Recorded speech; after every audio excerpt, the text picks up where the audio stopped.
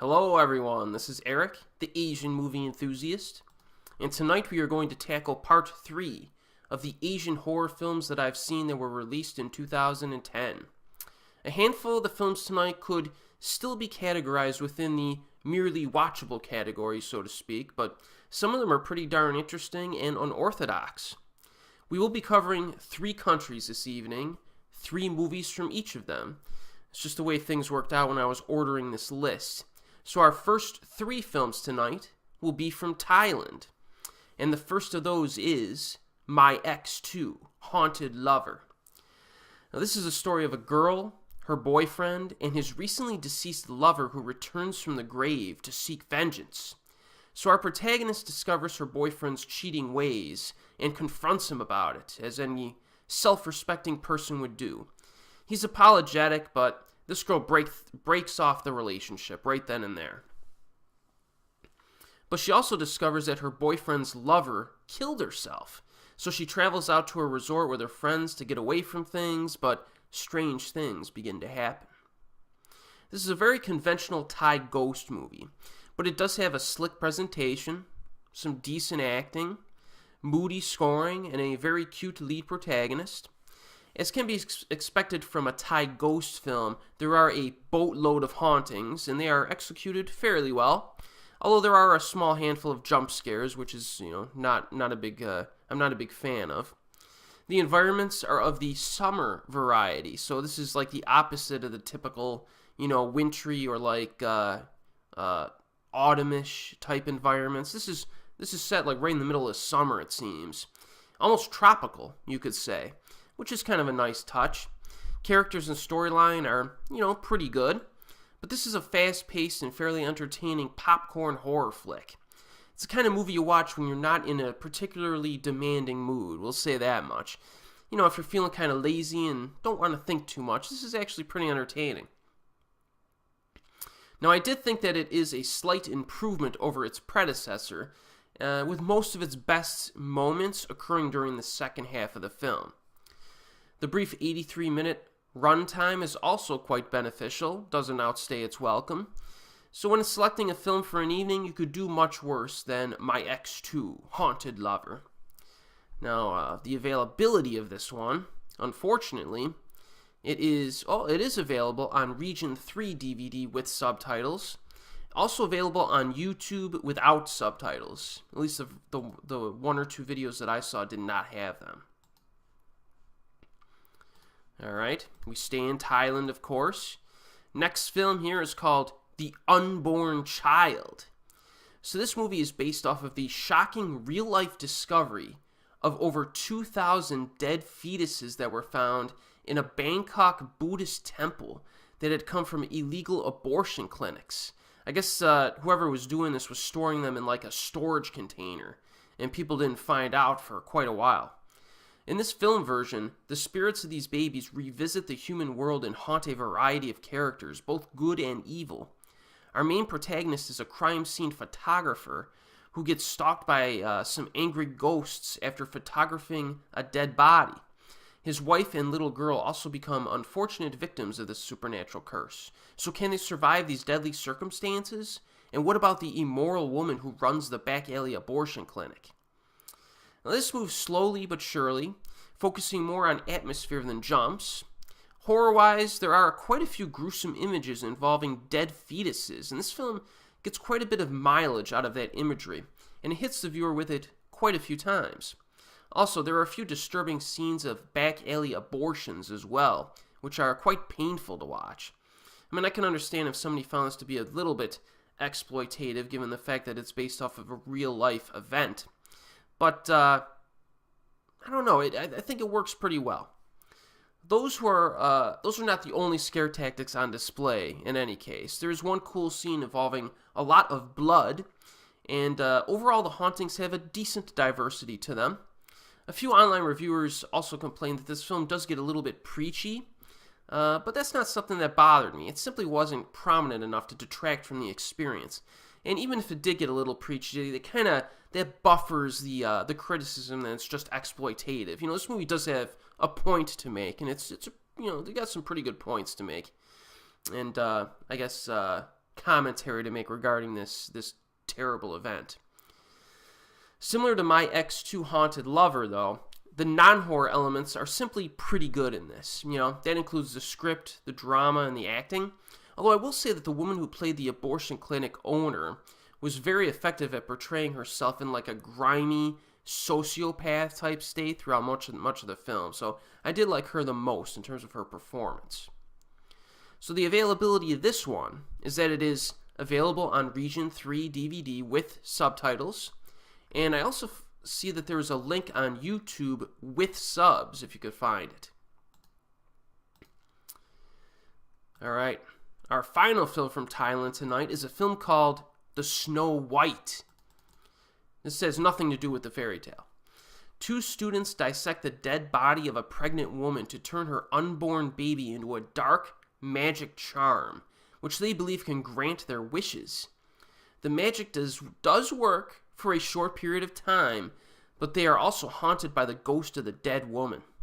So that's about the dumbest idea that I've ever heard in terms of, if you want to get your grades up or get some better game with the ladies, you should probably find another way than harvesting like a dead unborn baby and using it for black magic. I mean, how could you not think that something bad will happen to you when attempting something like this? In any case, these 2 scumbags deserve what's coming to them. So yes, there is one likable protagonist in this movie. They're not all baddies. A hospital nurse who gets roped into this horror and kind of has to deal with these horrific events. But she's more of a side character, you know what I mean? Story and characters in general are merely sufficient, kind of a theme for the first 3 movies for tonight. But what makes this film recommendable, I think, are the horror scenes. Scare tactics are pretty fun to watch in this one.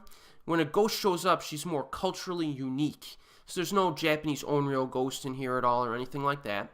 In fact, the ghost in this film is pretty memorable, and she is nasty looking. I really like the makeup design of the ghost in this one. She's naked and has a huge scar on her pregnant belly. Her attacks are also kind of unorthodox. At one point, she beats a dude to death with a giant club. Her final assault has to be one of the most purely disgusting attack scenes involving a ghost that I've seen, at least in recent memory. Some nice gore effects in that scene, too. Definitely will give you a little of a squirmy feeling in your stomach. It'll churn your stomach. There's also a pretty cool scene involving a spellcasting ritual near the beginning of the movie with the dead fetus itself, which also seems to be a theme for tonight. Thailand in 2010 really went to town with that dead fetus angle in their horror films. Definitely a deplorable act on the count of our protagonists here, and the filmmakers show it with a lengthy sequence, and I think it was needed. There's also a de-emphasis on jump scares in this, which is good, and the short runtime of 80 minutes, another theme tonight, is also a benefit. So, you have our first 3 films tonight from Thailand, not exactly the best films in terms of script writing and whatnot, but they have their entertainment value. They're pretty good popcorn films. They don't outstay their welcome with excessive runtimes. The horror scenes are generally pretty good. And there's a little bit of an edge to them with kind of like the dead fetus type aspect to it. So I like the Snow White, probably a little bit more than the other 2 that we covered tonight. And the Snow White is available on Yes Asia without subtitles, unfortunately. It's also available on YouTube without subtitles, so you're a little bit out of luck with that one, but I think it's still enjoyable without them. Alright, so now we're in section 2 for this evening. Alright, so we covered 3 Thai horror films, and now our next 3 films are from Japan. And the first 2 are related films. They were released the same year, of course, and are part of the same franchise, the Tales of Terror from Tokyo franchise, also known as Shin Mimibukuro. Now, I told you in my last video that there were a bunch of titles in this franchise, and that the names can get a bit confusing. Well, our first two films tonight are within the Kaiden Shin Mimibukuro Kaiki set. They were both made with the same director and cast, but are not linked by story to make things even more confusing. So there's 2 films in this Kaiki set. The first one is called Kaiki Tales of Terror from Tokyo Nozomi. And the second is called Kaiki Tales of Terror from Tokyo Tsukimono. So let's review Nozomi first. This is a horror-drama kind of hybrid. So the memory of high school student Megumi Fujisawa's 11th birthday still haunts her to this day. On her 11th birthday, Megumi's younger sister drowned in a lake surrounded by the woods. Since her death, whenever Megumi's birthday approaches, she experiences illusions and refuses to go to school. Those illusions haunt her and are becoming more fierce. One day, an old friend of her mother, named Nobuko, visits their home. This woman then warns the girl that the ghost following her must be laid to rest or she will die.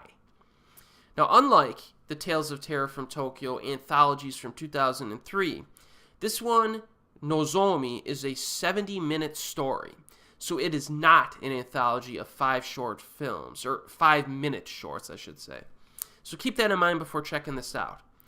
Now, the horror scenes are fairly well executed and creepy in this, but they are quite few in number. So unlike the Thai films that we covered tonight, they hit you quite a bit with horror stuff. This one, Nozomi, only hits you with a few in number, but they're effective. This is slow-paced and does have a few pacing problems, I think, during the second half. Probably my biggest gripe in the movie. But it focuses a lot on the mother-daughter relationship, and that definitely benefits the ending, which does have some legitimate dramatic impact, I thought. Direction is good here. The film does not look cheap. It does look like a theatrical film. The 2003 series was like made for television, or at least looked like it, so you get a little bit of an upgrade in terms of production values with this. There's also a grim yellow color filter that is used to create a little bit of atmosphere. Scoring is also very effective in this. It's pretty creepy. The lead actress, Irina Mano, is good and likable. She recently appeared in 2 of Sion Sono's films, Tag and The Virgin Psychics. I don't think she wasn't the lead character or the lead female in those films, but she was like a supporting character. I like her. She's good.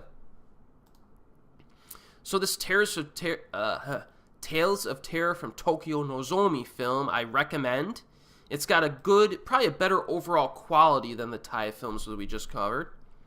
The problem, though, is that it is difficult to find. If you do find it, it will be on a Region 2 DVD without subtitles. But I definitely think you could watch it anyways. All you gotta do is find a decent plot synopsis online or just use the one I gave you and you'll know what's going on. It's a good flick. Alright, the second film here in this set is Kaiki, Tales of Terror from Tokyo Tsukimono. Again from Japan. Ayumi Kirishima is a college student who has just completed her second interview with a prospective employer. Ayumi then takes a bus to get to class and comes across a creepy barefooted woman. When the woman starts shaking and hiccuping, Ayumi asks the woman if she is okay. The woman responds with a cryptic remark and hastens Ayumi's departure off of the bus. You know, she thinks this lady's pretty weird, so she tries to get away. But later that day, the creepy woman appears in front of a window in her classroom. All of the students become terrified by the woman's appearance. So again, just like the film we covered, it is one storyline here. This one is 50 minutes long. It is not an anthology of 5-minute shorts. This does have certain similarities to the slit-mouthed woman legend. This lady's got like white or creepy eyes. She hiccups, which is another thing that was implemented in Koji Shiraishi's version of the slit-mouthed woman from 2007 called Carved. There's like a hiccuping angle to that, and they use that in this one as well. Also, this woman aggressively runs at her victims, which is another hallmark of the slit-mouthed woman legend. So this definitely, I think, got some inspiration from that legend. But it's not exactly the same either. So fans of that urban legend should enjoy this one as well. There are some creepy moments, and the antagonist's demonic voice and methods of attack are entertaining too. She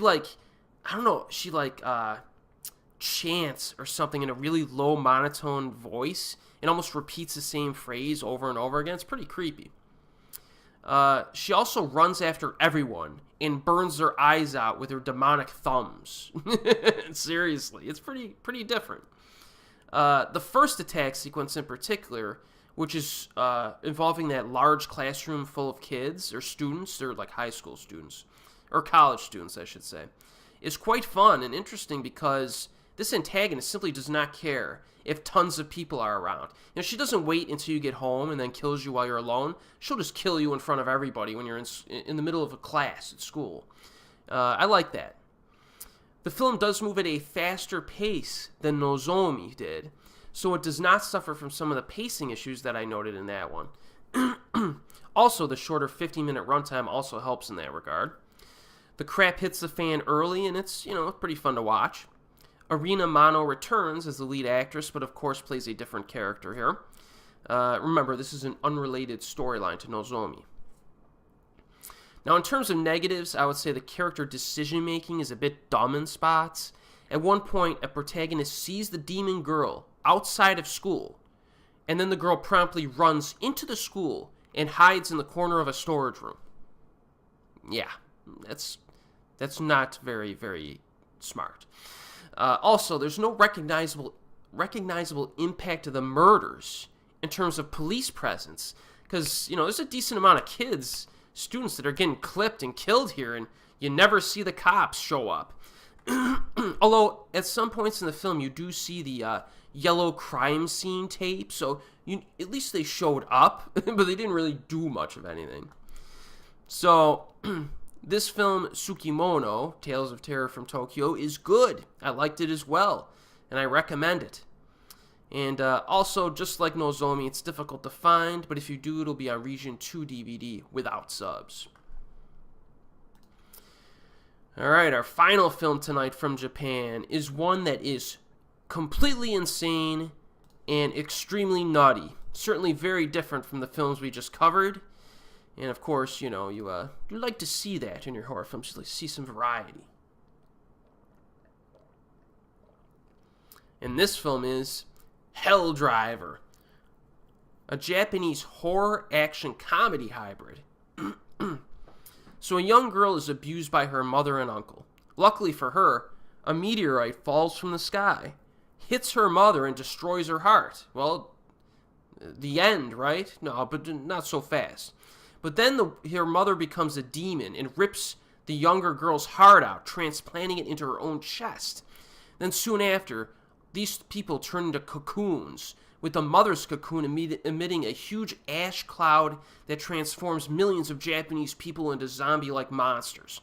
The girl, who also has a shard of the meteor stuck in her, eventually awakens with super fighting powers and teams up with a group of hunters to destroy her mother, who has become the queen zombie, and end the terror.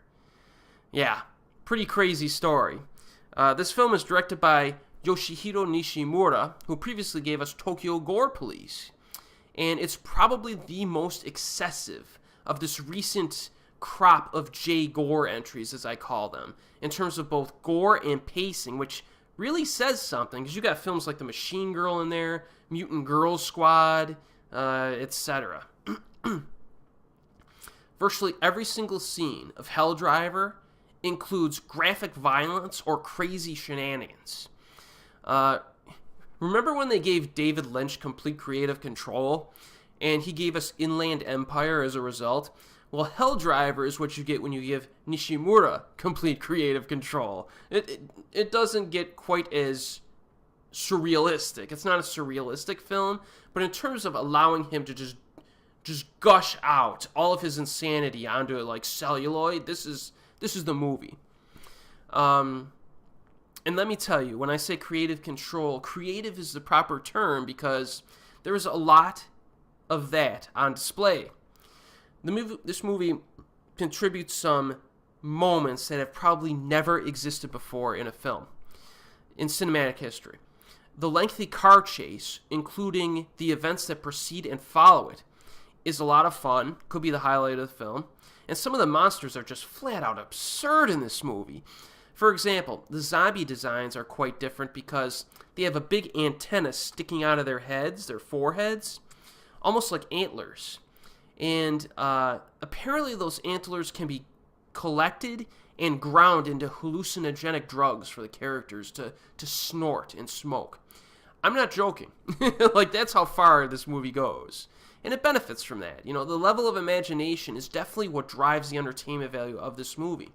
Unfortunately, that creative control can also become a liability at times because that constant level of insanity does become monotonous at certain points.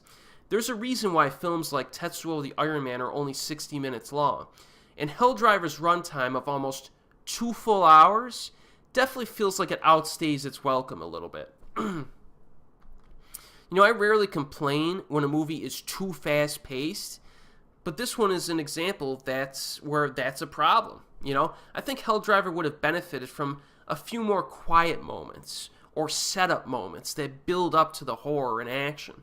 Instead it's just like a constant barrage that's thrown at you, which does become a little bit tiring after a while. But still, there's a lot of bloody entertainment to enjoy in this. The sheer number of decapitated heads in this movie is just mind-blowing. No pun intended, I guess.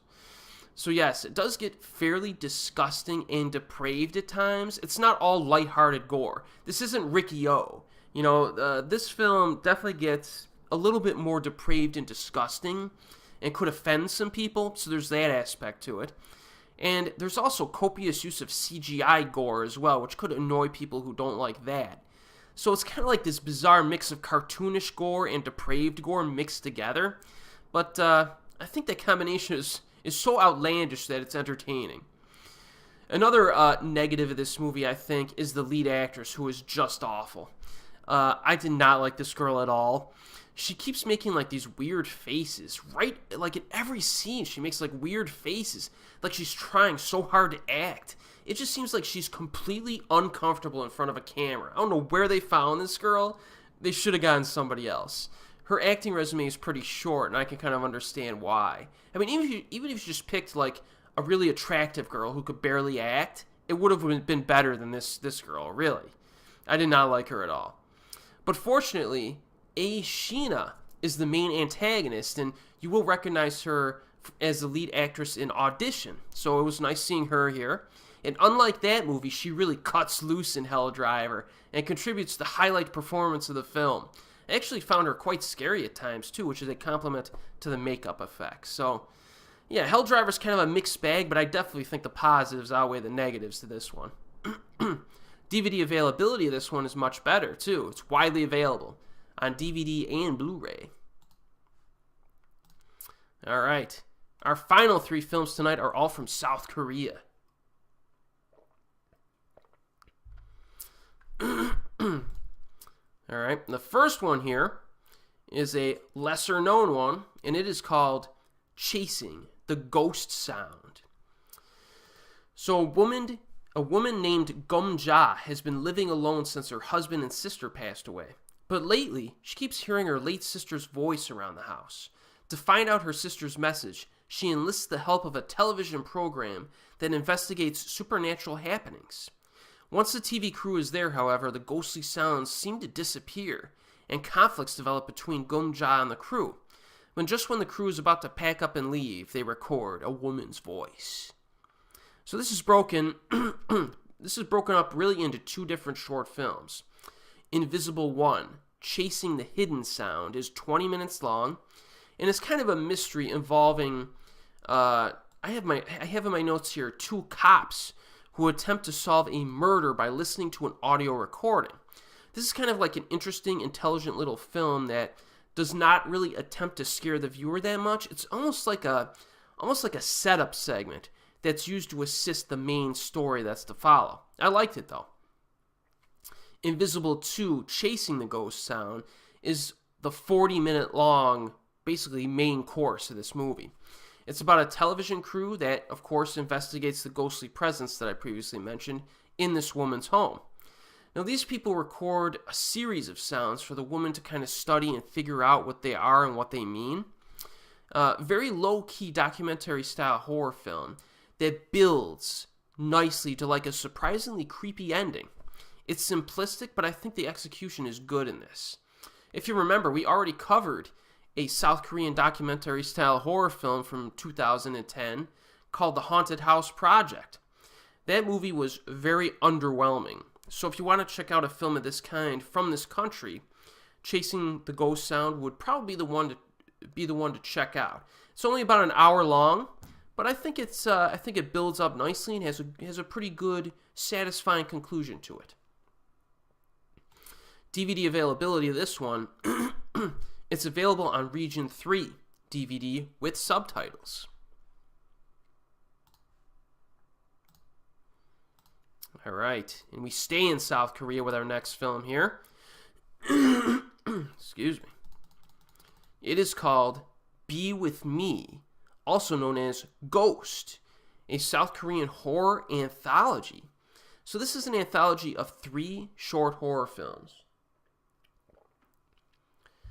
So the first one, Tell Me Your Name, is the prologue that starts this film. So 3 schoolgirls hold tarot cards and chant their names in front of a mirror as a magical spell to change their fates. Once their names are spoken, unnatural events unfold. So this is similar in some ways to Bloody Mary, but it kind of sets up each of the 3 characters to lead their own short film in this anthology. So you see all 3 of the main characters in this little prologue segment, and then they branch out and have their own stories. So the first true legitimate short film in this really is The Hand That Calls, also known as The Unseen, which is about 3 girls who explore an abandoned section of their high school that is allegedly haunted. So these girls are members of like a theater club at school, I think, and one day they're coerced by their fellow members to retrieve an Excalibur from the inside of this dilapidated building on school grounds. So I have to say, these ladies are kind of annoying, these characters. They do whine quite a bit, which can get on your nerves. The scares are also probably the least impressive of any short within this anthology. It does have a few cheap jumps at times, but they're still generally pretty good. And there are a few creepy moments to enjoy. The atmosphere is pretty effective, and the ending is satisfying. So, at the beginning, you're thinking, man, this is a little shoddy. These girls are kind of annoying me. But this gets better as it moves along, and there's some good stuff in here. The next short film, and this is called Stay With Me, also known as Attached. And an ambitious girl is loved by friends and teachers, but one day, she finds out that her best friend is pregnant. She tells her to keep the baby and that they should raise it together, to help her out. That's a good friend, but personal ambition just might get in the way of these two. It might divide them. So this segment backloads its horror elements into the second half, but it compensates with some well-developed dramatic elements and good performances. It focuses a lot on schoolgirl friendship and benefits from that. The horror scare tactics are mature and enjoyable. I liked them. Kkob-bi Kim is a supporting actress, which is always a plus. She was the lead actress in Midnight Ballad for Ghost Theater, so nice to see her in this. And I like the second segment. I think it's even an improvement on the first one. Third segment here is called Haunted Boy, also known as Ghost Boy. It's about a guy who sees ghosts, of course. So he's a normal high schooler who avoids his abnormal ability by ignoring the ghost the best that he can. That is, until he sees a cute girl ghost and becomes interested in the experiences of her past life. So that's kind of funny, because you have this basic setup, but this guy becomes more interested in his talents when he sees a cute ghost, which is quite humorous. It's kind of a cliched setup, but the execution is a little bit different than usual with a blend of different genres, including comedy. Like the second story, it also has a good dramatic angle that I think works pretty well. So outside of the protagonists themselves, there's the man who murdered the girl, ghost, who became a ghost, and he's still causing problems, which is pretty interesting. And there's also an abusive teacher, who's another aspect of conflict. So this is a little bit on the lighter side for a horror film, but it's more interesting than you might expect. I enjoyed it. So overall, Be With Me has 3 good short films within it, a good prologue that's pretty short, and I think it gets progressively better as it goes along. So I enjoyed this anthology quite a bit, actually. The availability of it is that it is available on Region 3 DVD with subtitles, and it's also available on Amazon Instant Streaming, so feel free to check it out. And the last film tonight, again from South Korea, is another one that's quite obscure. And that is Short 2010 Fantastic Theater, also known as Illusion Theater. This is a horror drama anthology. So it's another anthology here tonight. So this is a refreshingly different anthology of 3 short films, about 25 minutes each. There were a few other anthologies in this short series, including installments from 2009 and 2011, neither of which were horror anthologies, so they will not be included in this playlist, or covered in this playlist, but I liked them both. So it has been 100 years since the first movie theater was built in Korea. Today, it is not just a place for the sake of art, but a part of our daily lives. So this is an anthology film of 3 shorts, which, the stories are involved or somehow deal with this special place, the movie theater. So the first story, known as The Famished, is about ghosts who eat their own memories to quench their supernatural hunger. So this is very unorthodox because it showcases a masked stage play that recites some folklore. So you get some cultural impact to this one. So the protagonist really is kind of like the director of this stage play, and he observes the rehearsals. The most interesting aspect of this short is that, think about it, if you eat your own memories in the afterlife, you begin to forget who you are. So it kind of plays that up a little bit. It's pretty cool. The ending is actually quite sad, too. So I enjoyed this one, The Famished. The second story, called The Loneliness of Butcher Boy, follows a vegetarian high school student who sees a minotaur around his father's butcher shop. So this, there's also an odd woman who eventually enters the story as well. So the cool thing about this segment is that there's no CGI used. They actually have like a physical effect of a dude in like a furry bull man suit. A little bit confusing in terms of story, but I enjoyed this one. Pretty cool. Third story, 10 Million, it's called, is a reference to the benchmark ticket sales for Korean blockbusters. And it's about filmmakers who are getting killed off. Excuse me. This has some interesting black humor because only directors who lose money at the box office are targeted for death. So that's a pretty awesome premise. Truly the ultimate nightmare of a director or filmmaker. But outside of the implicitly funny premise, there's also some amusing shots of the film industry it takes too. So all 3 of these short films are pretty creative in their premises, and I liked them all. More of an indie anthology film, so to speak, but it still has some nice stylistic flourishes and a nice presentation. So I enjoyed this. Creativity here definitely helped. Now, the availability of this one is that there are a handful of Region 3 DVDs still floating out there on various websites. I think it might be on eBay, maybe. Some other websites, too. So, yeah, definitely a cool little film.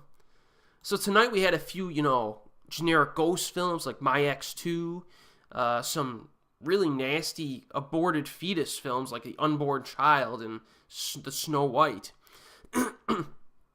Some traditional Japanese ghostly films like those Nozomi and Tsukimono films that were good quality stuff. Helldriver, completely insane. Found footage film. And some creative anthologies. So, nice little mix. And that does it for tonight, I guess. So be sure to join me for part 4 of this video, where I will cover some of my favorite Asian horror films from this year. And as always, we will see you next time.